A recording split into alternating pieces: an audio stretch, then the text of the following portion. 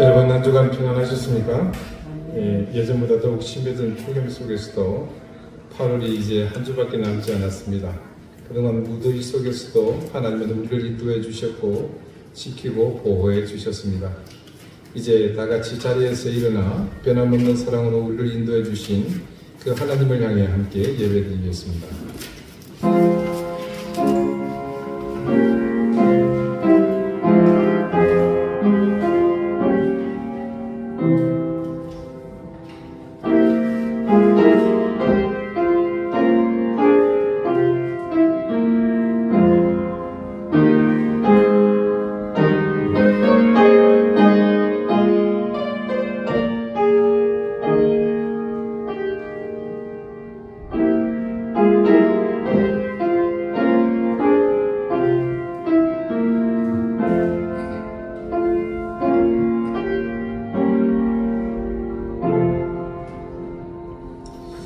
너희 권능 있는 자들아 영광과 능력을 여호와께 돌리고 돌릴지어다. 여호와께 그의 이름에 합당한 영광을 돌리며 거룩한 옷을 입고 여호와께 예배할지어다. 아멘.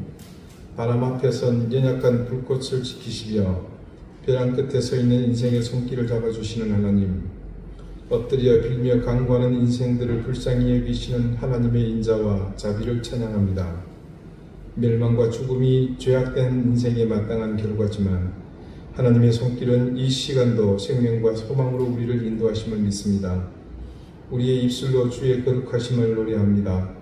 우리의 마음과 정성을 모아 주의 인자하심을 찬양합니다. 우리를 엄습하는 어둠을 마주하여 두려움 없이 서게 하시며 불의를 향해 담대하게 하시고 의를 위해서 더욱 당당하게 하옵소서. 우리가 구원의 자녀임을 감사하며 온전히 예배하게 해주십시오. 오늘 주님의 자녀들이 드리는 이 예배 가운데 은총을 내려주시고 한없는 주님의 자비를 내려주십시오. 예수 그리스도 이름으로 기원하옵나이다. 아멘. 찬송가 2장 함께 찬송하겠습니다.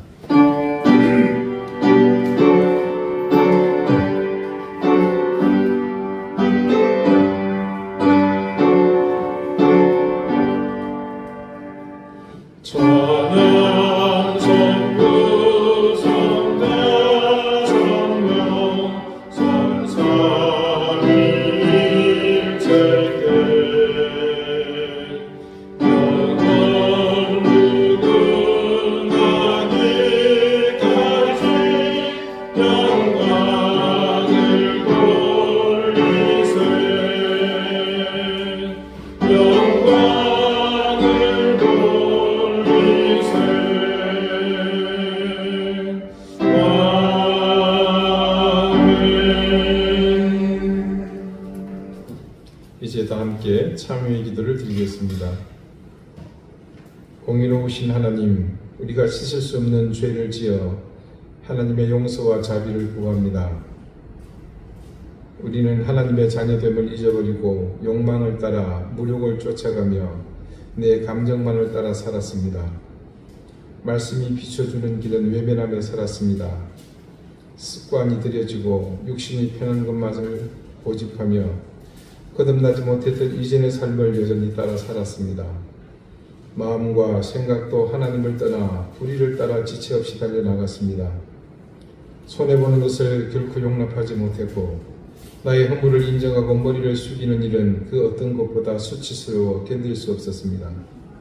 절대로 물러나지 않았고 내 힘의 여력이 있는 한 끝까지 저항하며 더 가지려고 애쓰며 더 올라가려 발버둥을 치며 살았습니다.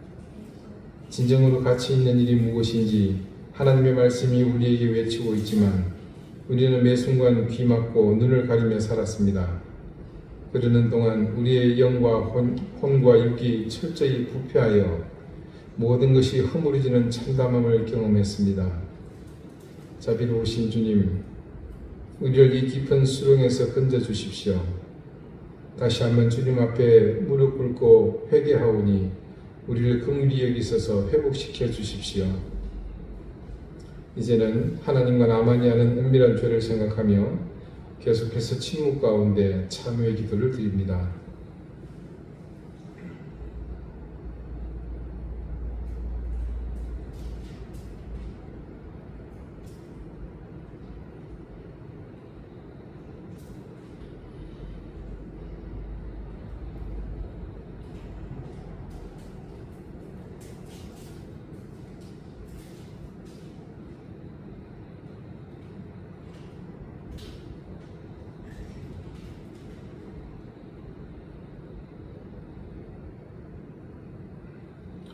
하나님께서는 자신의 부끄러운 죄를 솔직하게 고백하는 사람들에게 말씀하십니다.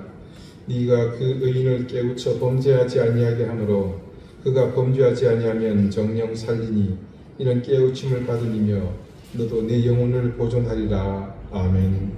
이제는 사도신경으로 우리의 신앙을 고백하오니 나는 전능하신 아버지 하나님 천지의 창조주를 믿습니다. 나는 그의 유일하신 아들 우리 주 예수 그리스도를 믿습니다. 그는 성령으로 잉태되어 동정녀 마리아에게서 나시고 본디오 빌라도에게 고난을 받아 십자가에 못 박혀 죽으시고 장사된 지 사흘 만에 죽은 자 가운데서 다시 살아나셨으며 하늘에 오르시어 전능하신 아버지 하나님 우편에 앉아 계시다가 거기로부터 살아있는 자와 죽은 자를 심판하러 오십니다. 나는 성령을 믿으며 거룩한 공교회와 성도의 교제와 죄를 용서받는 것과 몸의 부활과 영생을 믿습니다. 아멘. 자리에 앉으시기 바랍니다. 이제 다 함께 성시를 교독하겠습니다. 성시는 교독문 80권 고린도후서 4장입니다.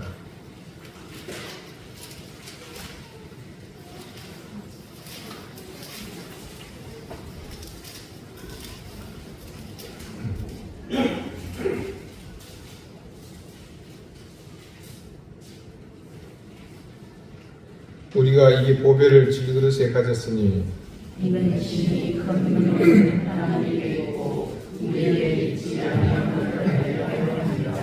우리가 사방으로 우겨쌈을 당하여도 쌓이지 아니하며 답답한 일을 당하여도 한심하지 아니하며 박해를 받아도 버림받지 아니하며 거꾸로 들림을 당하여도 망하지 아니하고 우리가 항상 예수의 죽음을 몸에 짊어짐은 예수의 생명이 또한 우리 몸에 나타나게 하려 합니다. 우리 살아있는 자가 항상 예수를 위하여 죽음에 넘겨짐은 예수의 생명이 또한 우리 죽을 육체에 나타나게 하려 함이라. 아멘. 기도드리겠습니다.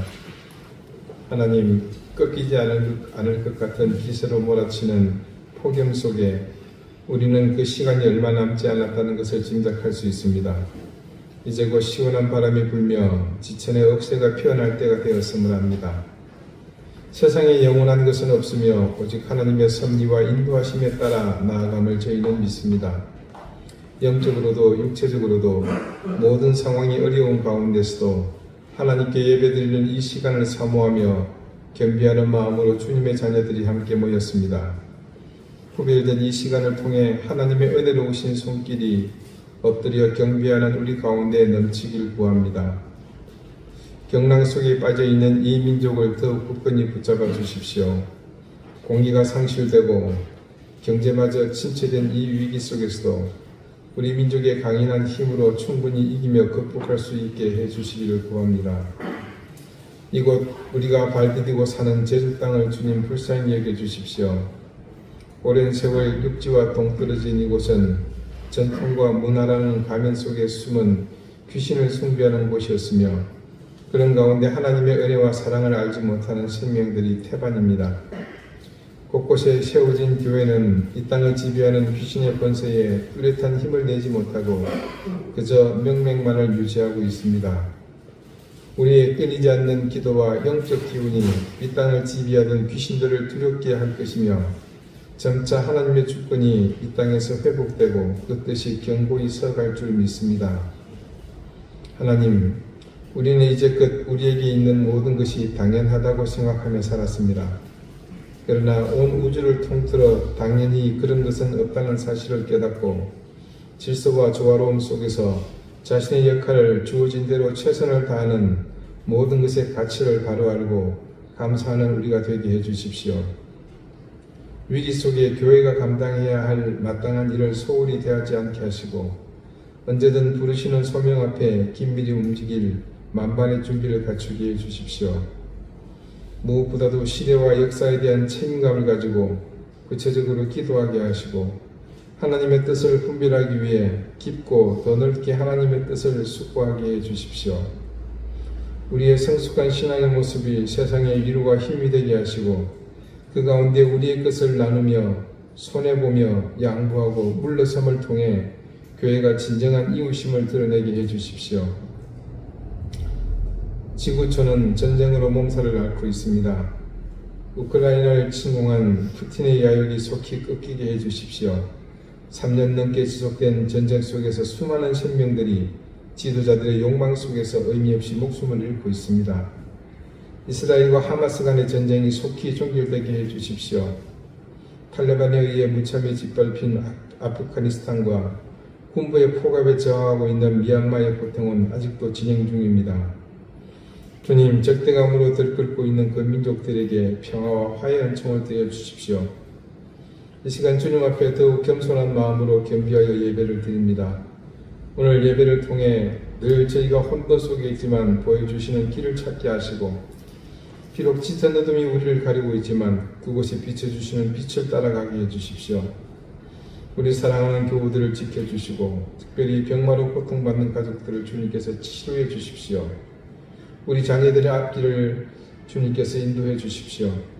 어려운 생회 현장을 지켜주시고 사랑하는 가족들의 모든 형편이 나아지게 해주십시오. 오늘 예배를 주님께서 기쁘게 받으시며 하늘의 신령한 은혜로 이 시간 우리와 함께 해주시기를 구합니다.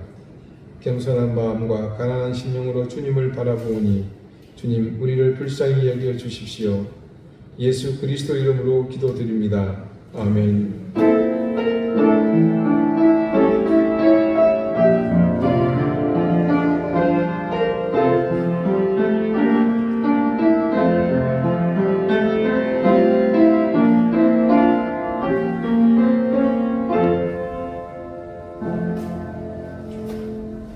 찬송가 10장 함께 찬송하겠습니다.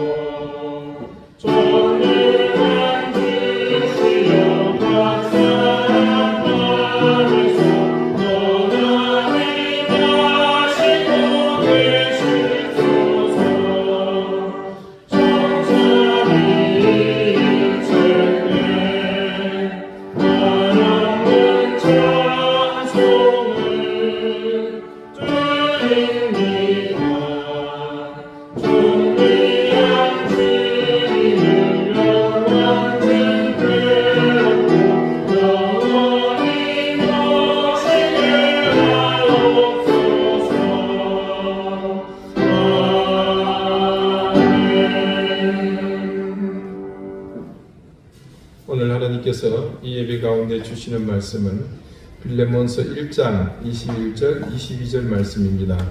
신약 351쪽입니다.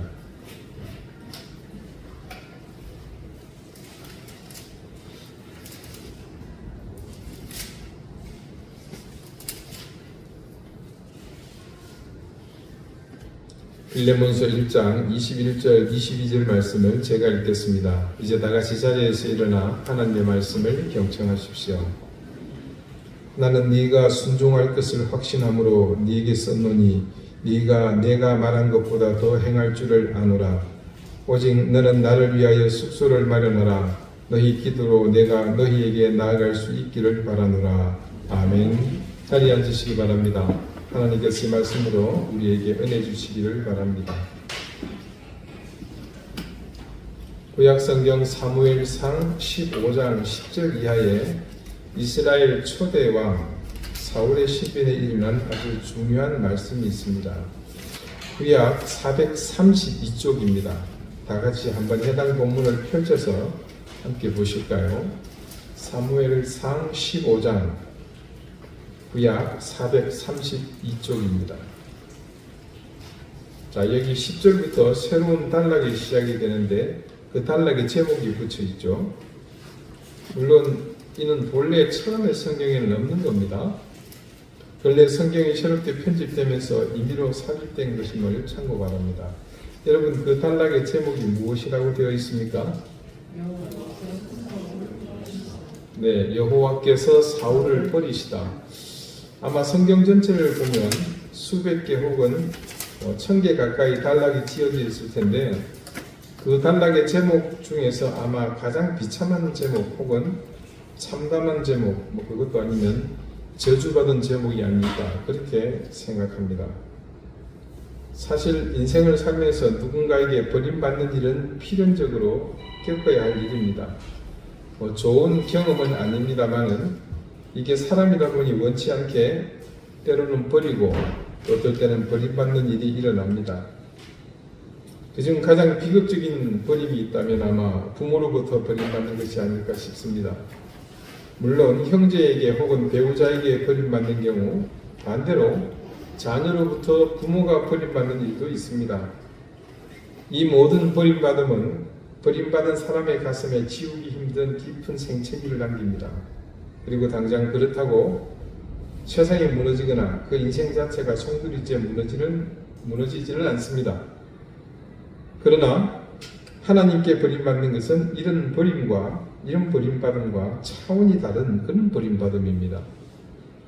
하나님과의 인연이 단절되는 것인데 이런 다른 의미로 구원에서 멀어지는 것과 다르지 않다고 할 수 있습니다. 성경에서 하나님께 버림받은 사람의 이야기가 그리 많은 편은 아닙니다. 아시는 것처럼 하나님이 사람을 함부로 버리는 분이 아니시기 때문입니다. 그러나 도저히 하나님도 핸들링할 수 없이 죄악으로 치닫는 인생들은 결국 자처해서 하나님으로부터 버림을 받습니다. 멀리 있지도 않습니다. 지금 이 본문의 주인공 중 한 사람인 사무엘이 어릴 때 바로 이전에 있습니다. 엘리 제사장의 집에 있으면서 그 엘리의 두 아들 홈리와 비나스가 그랬습니다. 제사장의 아들이지만 이들은 거룩함을 상실했습니다. 온갖 악행을 저질렀고 마침내는 여호와 하나님의 법궤를 이방 군대에게 피탈당하는 일까지 그들은 벌입니다. 결과는 참혹했습니다. 두 아들은 죽었고요. 그 아들의 사망 소식을 들은 아버지 엘리는 의자에서 넘어져 목이 부러져 죽습니다. 그리고 며느리는 아이를 낳다 세상을 떠나게 됩니다. 하나님이 버린 인생의 결말이 얼마나 처참한지 충분히 우리는 이런 말씀들을 통해 짐작하고도 남습니다. 오늘 사무엘이 이스라엘의 초대왕 사울을 대하여 하나님의 말씀을 전하고 있습니다. 먼저 하나님은 사무엘에게 아주 결정적이고 치명적인 예언을 하십니다. 10절과 11절 말씀입니다. 여호와의 말씀이 사무엘에게 임하니라 이르시되 내가 사울을 왕으로 세운 것을 후회하노니 그가 돌이켜서 나를 따르지 아니하며 내 명령을 행하지 아니하였음이니라 하시니라. 사무엘이 근심하여 온 밤을 여호와께 부르시니라. 하나님은 대놓고 사울을 왕으로 세우신 것을 후회하신다고 하십니다. 그 이유는 사울이 돌이켜 하나님을 따르지 않으며 하나님의 명령을 행하지 않았기 때문입니다. 한마디로 사울이 하나님께 불순종하고 있다는 겁니다. 과연 그 불순종이 어떤 것인지 앞서 이 15장 1절부터 3절까지 말씀을 한번 보겠습니다. 시기적으로 여호와께서 아말렉과의 전쟁을 앞두고 있는 사울에게 한 가지를 말씀하십니다. 사무엘이 사울에게 이르되 여호와께서 나를 보내어 왕에게 기름을 부어 그의 백성 이스라엘 위에 왕으로 삼으셨은즉 이제 왕은 여호와의 말씀을 들으소서. 만군의 여호와께서 이같이 말씀하시기를 아말렉이 이스라엘에게 행한 일 곧 애굽에서 나올 때에 길에서 대적한 일로 내가 그들을 벌하노니 지금 가서 아말렉을 쳐서 그들의 모든 소유를 남기지 말고 진멸하되 남녀와 소아와 젖먹는 아이와 우양과 낙타와 나귀를 죽이라 하셨나이다 하니 하나님은 악을 행한 그 민족을 아무것도 살려두지 말고 모두 죽이라고 하셨습니다. 그런데 아말렉과의 전쟁을 치르고 난 뒤 그들을 물리치고 난 뒤 상황을 말씀을 이렇게 증거합니다. 7절에서 9절입니다. 사울이 하윌라에서부터 애굽 앞 술에 이르기까지 아말렉 사람을 치고 아말렉 사람의 왕 아각을 사로잡고 칼날로 그의 모든 백성을 진멸하였으되 사울과 백성이 아각과 그의 양과 소의 가장 좋은 것 또는 기름진 것과 어린 양과 모든 좋은 것을 남기고 진멸하기를 즐기 아니하고 가치 없고 하찮은 것은 진멸하니라. 들어보시니까 어떻습니까? 하나님의 명령이 그대로 지켜졌습니까? 아니죠. 다 죽이라고 하셨는데 뭐가 많이 살아있는 것 같죠? 하나님이 그런 사실을 아시고 바로 그 다음 10절이 시작된 겁니다. 그 단락의 제목이 뭐였습니까? 여호와께서 사울을 버리시다. 그때 하나님이 이 사실을 근거하여 하신 말씀을 들은 사무엘은요 근심이 가득했습니다. 밤새 부르짖었다 그러죠. 그리고 사울을 찾아갑니다. 자신을 찾아온 사무엘에게 사울이 인사합니다. 그게 13절인데요. 사무엘이 사울에게 이른즉 사울이 그에게 이르되 원하건대 당신은 여호와께 복을 받으소서.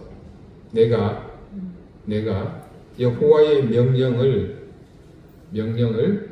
행하였나이다 하니 의엽게도 사울은 사무엘에게 자신이 여호와의 명령을 행하였다고 말합니다. 하지만 사무엘은 이미 하나님을 통해 사울이 그 명령을 지키지 않았음을 알고 있습니다. 그래서 사울의 그런 말에 사무엘이 이렇게 대답합니다. 그 다음 14절입니다. 사무엘이 이르되 그러면 내 귀에 들려오는 이 양의 소리와 내게 들리는 소의 소리는 어찌 됨이니까 하니라. 뭐가 많이 살아있지요. 그래서 사울은 자신이 명령을 어긴 것이 아니라 여호와 하나님께 제사 드릴 제물로 양과 소를 따로 남겨두었다고 합니다. 그 말을 들은 사무엘은 하나님께서 자신에게 맡긴 말씀, 즉 예언의 말씀을 사울에게 전했습니다. 그게 16절부터 21절까지 조목조목 사울이 죄를 범한 내용이 무엇인지 불순종의 제목을 구체적으로 지적해 줍니다. 그리고 마침내 22절과 23절 그 유명한 말씀을 선포하죠. 같이 한번 읽어보실까요? 22절 23절입니다. 사무엘이 이르되 여호와께서 번제와 다른 제사를 그의 목소리를 청송하는 것을 좋아하심같이 좋아하시겠나이까. 순종이 제사보다 낫고 듣는 것이 순양의 기름보다 나으니 이는 거역하는 것은 점치는 죄와 같고 완고한 것은 사신 우상에 절하는 죄와 같음이라. 왕이 여호와의 말씀을 버렸으므로 여호와께서도 왕을 버려 왕이 되지 못하게 하셨나이다 하니. 이 22절 말씀의 핵심은요, 사울의 의표를 정확하게 찌르는 말씀입니다. 그는 하나님께 제사라는 명분을 내세웠지만 그 제사보다 그때 하나님께 부어드릴 순양의 기름보다 하나님이 말씀하시는 것을 듣는 것이 더 중요하다고 사무엘은 강조합니다. 그리고 여기서 불순종이 어떤 의미인지 또 다시 구현하여 비유로 말씀하십니다. 그게 23절입니다. 거역하는 것, 즉 불순종은 점치는 죄와 같다고 합니다. 무슨 뜻이겠습니까? 아주 저급한 미신을 믿는 것, 그것을 일컫는 겁니다. 완고한 것, 즉 하나님의 말씀하신 것을 듣지 않고 자기 고집대로 하는 것을 말합니다. 그것은 곧 사신 우상에게 절하는 죄와 같다고 하십니다. 이 두 절에 담겨있는 내용을 우리는 정말 무겁게 받아들여야 합니다. 그들은 하나님께 불순종하는 것이 어떤 행위이며 그 그것이 낳게 될 결과에 대해서 너무나 무지했습니다.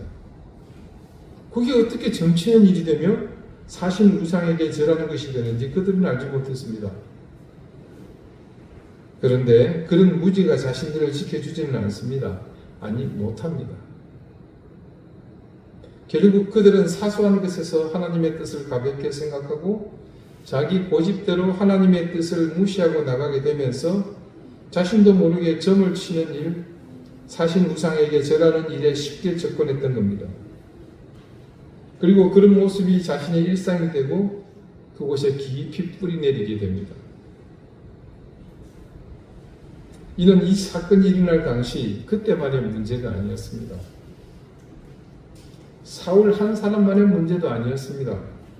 이는 이미 가나안의 터를 잡고 이어져온 이스라엘 백성 전체를, 백성들 자체뿐 아니라 그들의 생각과 그들의 역사에서 모든 시대를 관통하고 있는 심각한 문제였습니다.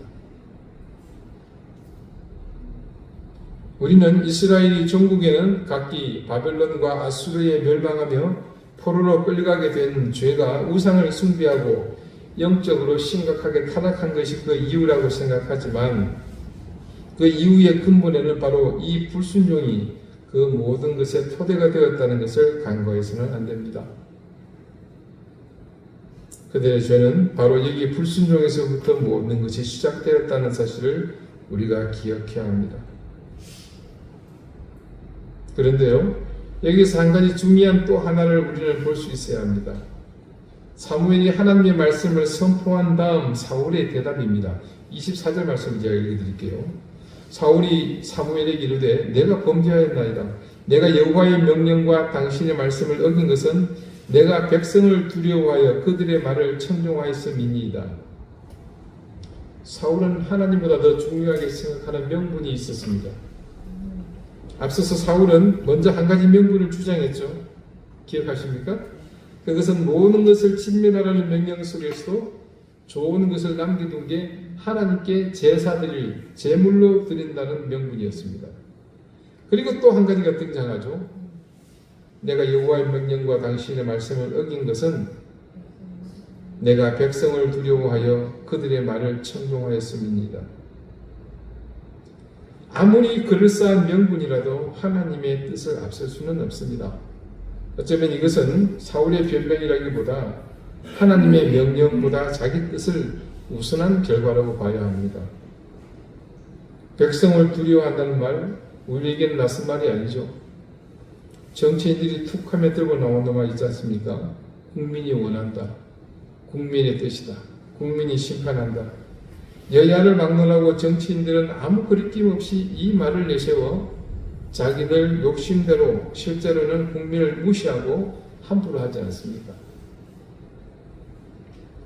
그것은 불순종하기 위한 핑계에 불과한 것이며 결국 그것은 하나님께서도 인정하지 않으셨습니다. 결국 그런 사울에게 내려진 선고는 이것입니다. 26절 후반부입니다. 왕이 여호와의 말씀을 버렸으므로 여호와께서 왕을 버려 이스라엘 왕이 되지 못하게 하셨음이니이다. 불순종의 결과는 하나님께 버림받는 것이었습니다. 빌레몬스의 마지막 하나 남은 퍼즐 조각, 그 마지막 단추는 바로 순종이었습니다. 편지 내내 바울은 오네시모를 소개하며 빌레몬에게요, 그를 위해 많은 이야기를 했습니다. 칭찬과 격려, 그리고 운명적인 어떤 일에 대해서도 바울은 가감없이 말했습니다. 그것은 빌레몬을 향해서도 마찬가지입니다. 어떤 것은 그에게 부탁하기도 하는가 하면 어떤 것은 거절할 수 없는 긍정적 의미의 압박도 있었고 또 어떤 것은 마치 천리를 거슬러서는 안 될 그런 일도 있었습니다. 그러나 결국 이 모든 과정이 열매를 맺고 그 이전에 꽃을 피울 수 있었던 것은 이 빌레몬의 순종이 있었기에 가능했습니다. 이 금쪽 같은 빌레몬스 말씀이 우리에게 전해지는 데 가장 큰 기여를 한 것은 바로 그의 순종이었습니다. 우리는 신실한 그리스도인이라고 하면 을의 순종을 당연한 것으로 여기는 경향이 있습니다. 그래서 무조건 신실한 그리스도인은 순종하는 사람이라는 생각을 갖고 있습니다. 그리고 보면요, 그리스도인의 신실한 정도는 이 순종의 지표와 다르지 않습니다. 결국 바울이 빌레몬을 향해 순종할 것을 기대하는 것에는 바로 빌레몬의 깊은 신앙과 그의 신실함을 믿었기 때문입니다. 그래서 여러분 오늘 말씀을 보세요. 바울은 거기에 더해서 내가 말한 것보다 더 행할 줄을 아노라. 그리스도인에게 그리고 하나님 앞에서 순종은 결코 작은 것이 아닙니다. 이제껏 교회에서 순종은 늘 목회자의 권위에 주눅들어서 아무 말도 못하고 그저 예라고 대답하는 것. 순종하세요. 예. 속으로는 싫은데. 그것도 아니면 누구도 하기 싫은 일을 억지로 떠맡깁니다. 제가 대학 졸업하고 잠시 직장에 일을 하는데 여름 행사를 해야 된다고 당연히 제가 하는 줄 알더라고요. 저 집사님, 저 취직해서 지금 출근합니다. 아니 그러니까 여름 행사를 인생이 다 해야지 이게 총무를 하고 자기들 싫다고 떠맡기는 거예요. 아이고 인생 순종해야지. 그렇게 포장을 둘러치는 것으로만 우리는 알았죠. 그러나 성경 말씀 속에서 순종은 우리가 생각하는 것보다 훨씬 무겁고 중요한 일이었습니다. 우린 지난주 갑자기 툭 튀어나온 이른바 갑툭튀 아브라함을 하나님이 선택하시고 부르신 것에 대한 이유를 들었습니다. 인류의 죄악이 극악에 달해서 그 결과 바벨탑이 세워지고 이에 경노하신 하나님이 인간의 언어를 각기 민족별로 다르게 하심으로 그 결과 스스로 바벨탑이 무너지게 하셨습니다. 그 사건이 있자마자 그 다음 진짜 근본도 없고 듣지도 보지도 못한 아브라함이 등장합니다. 다시 한번 아브라함의 혈통을 되새겨 봅시다. 자, 노아의 세 아들이 있었죠. 셈과 함과 야벳. 그 중에 셈의 아들이요. 족보를 보니까 엘람, 아수르, 아르박삿, 룻, 아람, 우스, 훌, 게델, 메색입니다. 꽤 많이 나왔죠. 그 시절에는 있을 법한 이야기입니다. 그 중에 가장 보잘것없는 형제 셋째 아르박삿, 위로 엘람과 아수르 그리고 바로 아래 동생 룻과 아람은요 나라를 세웠습니다. 지난주에 말씀드린 것처럼 그게 여러분 터키 일대 지금 이란과 이라크 북부 지역 모술 지역을 중심으로 해서 이스라엘에 있는 그곳까지 다 이르던 고대 기원전의 훨씬 이전의 나라들이었습니다. 그런데 이 아르박삿은요 거처가 일정하지 않고 가축대를 데리고 이 나라 저 나라 이 민족 저 민족을 떠돌던 그런 집안이었습니다. 그런 듣보잡의 집안에서 갑툭튀한 게 아브라함입니다. 바벨탑 사건이 끝난 직후 하나님은 이런 듣보잡 집안의 갑툭튀 아브라함을 부르셨습니다. 어떻게 근본도 없는 이런 사람을 부르신 것일까? 이 사건의 핵심은 죄로 인해 이제 도저히 구원의 가망이 없는 인류를 구원하시기 위한 하나님의 본격적인 구원의 행보였기 때문에 그랬다고 했습니다. 그렇게 부른 아브라함이 바로 인류의 죄를 구속하기 위한 예수님의 혈통적 조상이 됩니다. 근데 여러분, 이 아브라함이 단지요 하나님께서 부르셨기 때문에 그래서 예수님의 조상이 된 것은 아닙니다. 그렇게 된 데는 중요한 단초가 되는 사건이 있었습니다. 그것은 여러분도 기억하시겠지만 그가 100세에서 얻은 아들 하나, 그 이삭을 하나님께 번제로 바치라고 하는 그 사건 이후의 일입니다.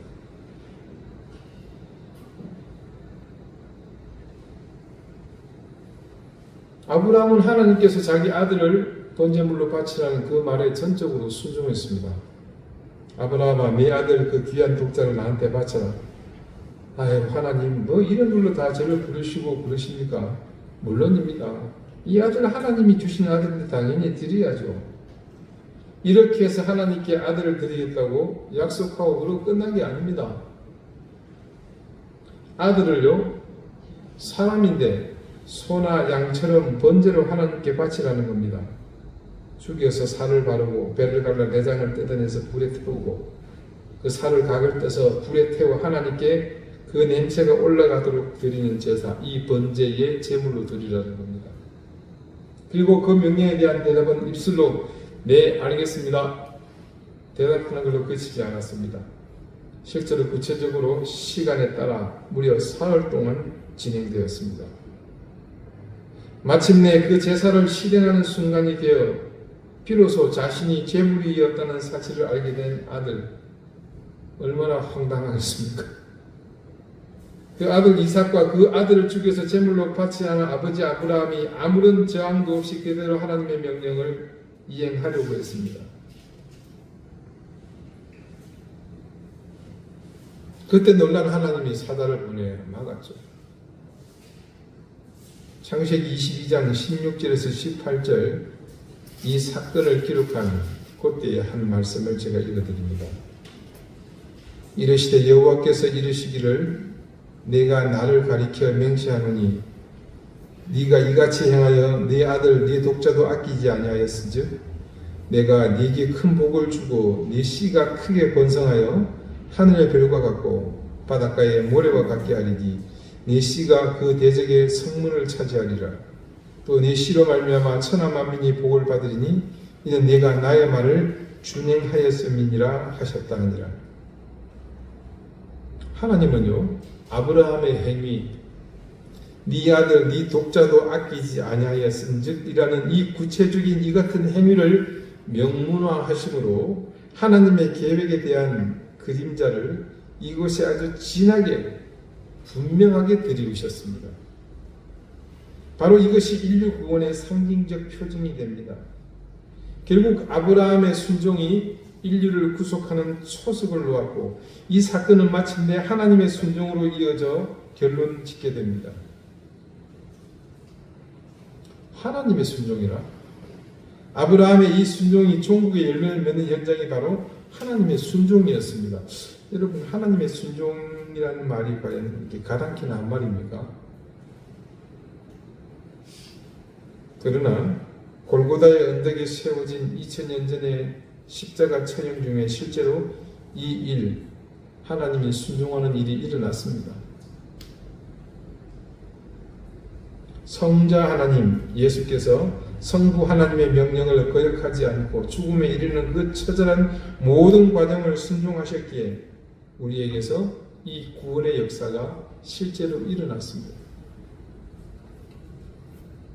결국 하나님의 첫사람 아담의 불순종으로 우리에게 내려진 저주를 풀어내신 하나님의 계획은요, 아브라함의 순종을 통해 초석을 놓으셨고 종국에는 하나님께서 스스로 당신이 만든 법 속에서 자신을 순종의 자리에 올려놓으심으로 마침내 완성하셨습니다.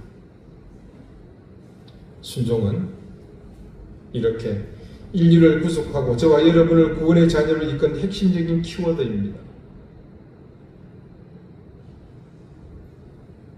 근데 여러분, 이 순종이요, 이런 거대한 구속의 역사를 이끌기도 하지만요, 또 다른 의미로 순종은 곧 우리 삶에서 하나님의 은혜가 강물처럼 흐르는 통로이기도 합니다. 자, 가뭄이 심하게 들었습니다. 논에 지금 물을 떼야 하는데 하늘에서는 비가 도통 내리지 않습니다. 예전에는 어땠습니까? 그저 하늘을 바라보고 교회는 철야기도 하고 또 저쪽 동네는 기우제 지내고 그렇게 한숨 지었죠. 그러나 요즘은 어떻습니까? 관계 수리 시설이 잘 되어서요, 커다란 저수지나 강물을 끌어다 물을 댈 수가 있습니다. 그래서 요즘 농촌의 논은 전부 다 경기 정리가 되고 그 옆에 전부 수로가 지나갑니다. 가뭄이 심해지면 이 수로를 통해 수백 킬로 다르는 거리까지 물을 보냅니다. 그래서 말라서 바닥에 보이는 내 논 옆에 수로에까지 물이 도달하여 오게 됩니다. 그러면 어떻게 해야 됩니까?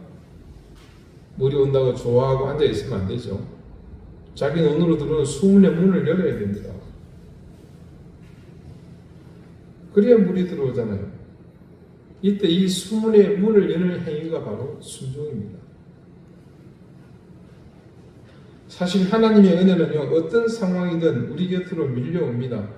쏟아지기도 하고요, 터붓기도 하고, 태풍처럼 밀려오고 밀물쳐 오기도 합니다. 그러나 그때마다 우리가 수문을 열지 않으면 그 은혜는 전부 나와는 상관없는 그런 은혜입니다. 우리가 그 은혜가 우리에게 들어오도록 수문을 열어야만 비로소 그것이 나에게 복이 되는 은혜가 됩니다. 여러분, 성경 말씀을 펼쳐서요, 그 속에서 우리에게 지금도 은혜와 감동을 주는 모든 믿음의 사람들의 그 삶을 보십시오. 그들의 공통된 행위 한 가지는요, 오로지 말씀에 대한 순종에서 시작되어 순종으로 매듭지어지는 것을 볼 수 있습니다. 그런 의미에서 성경 말씀 속에 우리 믿음의 선진들이 이룩한 모든 업적은 한마디로 순종의 역사라고 해도 과언이 아닙니다. 여러분, 순종이 바탕이 되어야만 우리는 더 나은 신앙의 자리로 나갈 수 있습니다. 순종하는 것이 훈련되지 않으면 아무리 발버둥 쳐도 더 나가지 않습니다. 그러므로 우리 이든교회 교우들께서는 말씀에 대한 순종을 통해 함께 정직한 신앙과 올바른 믿음을 갖게 되시기를 소망합니다. 그렇게 우리 함께 순종하는 삶을 통해 믿음의 성장, 거룩한 삶의 시작, 그리고 모든 하나님을 향한 신실함을 더욱 갖고 나갈 수 있기를 바랍니다. 기도드리시겠습니다. 하나님, 우리는 지금껏 순종을 그저 입술에서 머물다 사라지는 것으로만 생각했습니다. 그래서 그 무게를 가늠하지 못했고 그 위력과 더불어 하나님께 깊숙이 이어져 있는 중요한 줄인 줄조차도 몰랐습니다. 순종하는 것에 익숙하지 않는 삶, 습관적으로 거역하고 나의 완고함을 버리지 않고 하나님을 섬긴다고 헛된 삶을 살았습니다. 오늘 우리 앞에 요구하시는 가장 작은 순종으로부터 실천하는 삶을 다짐하게 해주십시오. 그리고 그 작은 실천을 시작으로 우리 신앙의 모든 수준이 성숙해지며 하나님을 향해 더욱 거룩한 삶으로 변화되게 해주십시오. 예수 그리스도 이름으로 기도드립니다. 아멘. 449장 함께 찬송하겠습니다.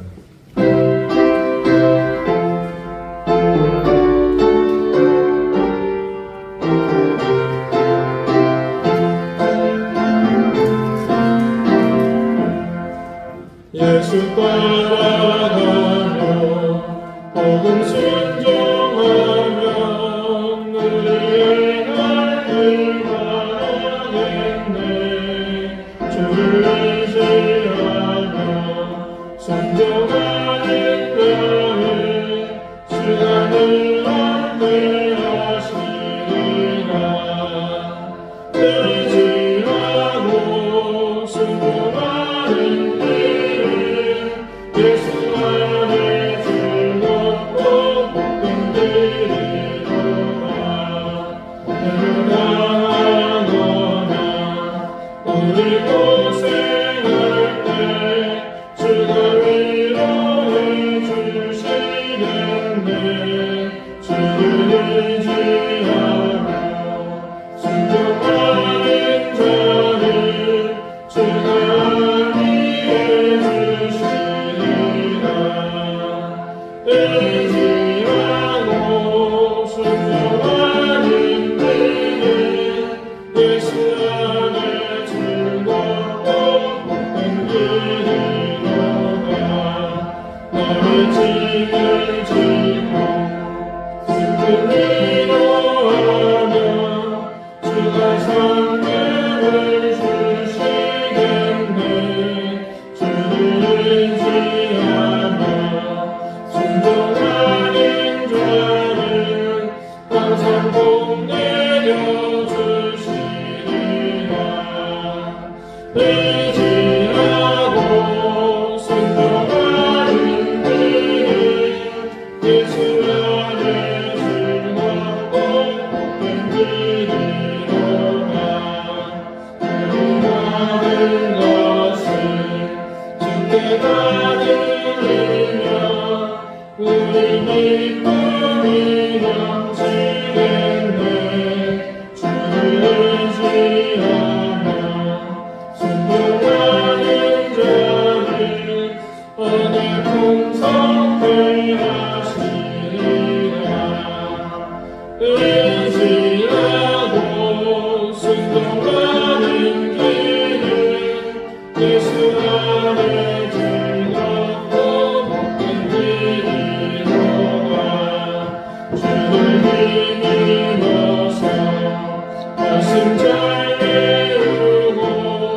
주를 모시고 살아가세 주를 의지하며 항상 순종하며 주가 사랑해 주시리라 의지하고 순종하는 길은 예수 안에 즐겁고 큰 길이로다. 자비로우신 하나님 앞에 사랑하는 주의 자녀들이 귀한 예물을 드렸습니다. 모든 것이 하나님께로부터 왔음을 고백하며 하나님께서 주신 것 중 일부를 구별하여 드렸습니다. 그곳에 우리의 마음과 정성, 또 삶과 인생을 담아 함께 드리오니 하나님 드린 손길의 정성을 기억하시고 그 헌신을 귀히 받아 주십시오. 가정에 평강을 주시고 생업에 복을 주시고 자녀들의 앞길을 열어주시며 질고가 물러나며 염려와 근심이 사라지는 평온한 인생으로 주님께서 저들을 인도해 주십시오. 감사드리며 예수 그리스도 이름으로 봉헌 기도드립니다. 아멘. 네, 교회 소식 알려드리겠습니다. 오늘 예배 중에 손님이 오셨는데요. 귀한 손님입니다. 아시다시피 제가 오랜 세월 재단과 재판을 해오지 않았습니까? 그 모든 일을 담당해 주신 변호사님입니다. 우리 정지선 변호사님, 그리고 부군 되시는 이규채 변호사님, 그리고 세 자녀가 함께 참여를 했는데요. 세 자녀가 신산 쪽에 여러분 아시죠? 한 번씩 6개월 1년 단위로 육지 사람들 자녀들 초청해서 학교 생활하도록 하는 그게 당첨이 되셔서 내려오셨습니다. 두 분 다 이런 서울에서 하고 계시고요. 그래서 아이들하고 같이 있으면서 일 있을 때만 올라가시고 이제 그러기 오셨는데 저희 교회까지 거리가 1시간이 넘어요. 그래서 계속 여기 출석해 주십사라고 부탁드리기가 좀 어려운 상황입니다. 그런데도 오늘 먼 길을 와주셨습니다. 우리 잠깐 두 분 변호사님께 감사하다고 박수 한번 주시면 좋겠습니다.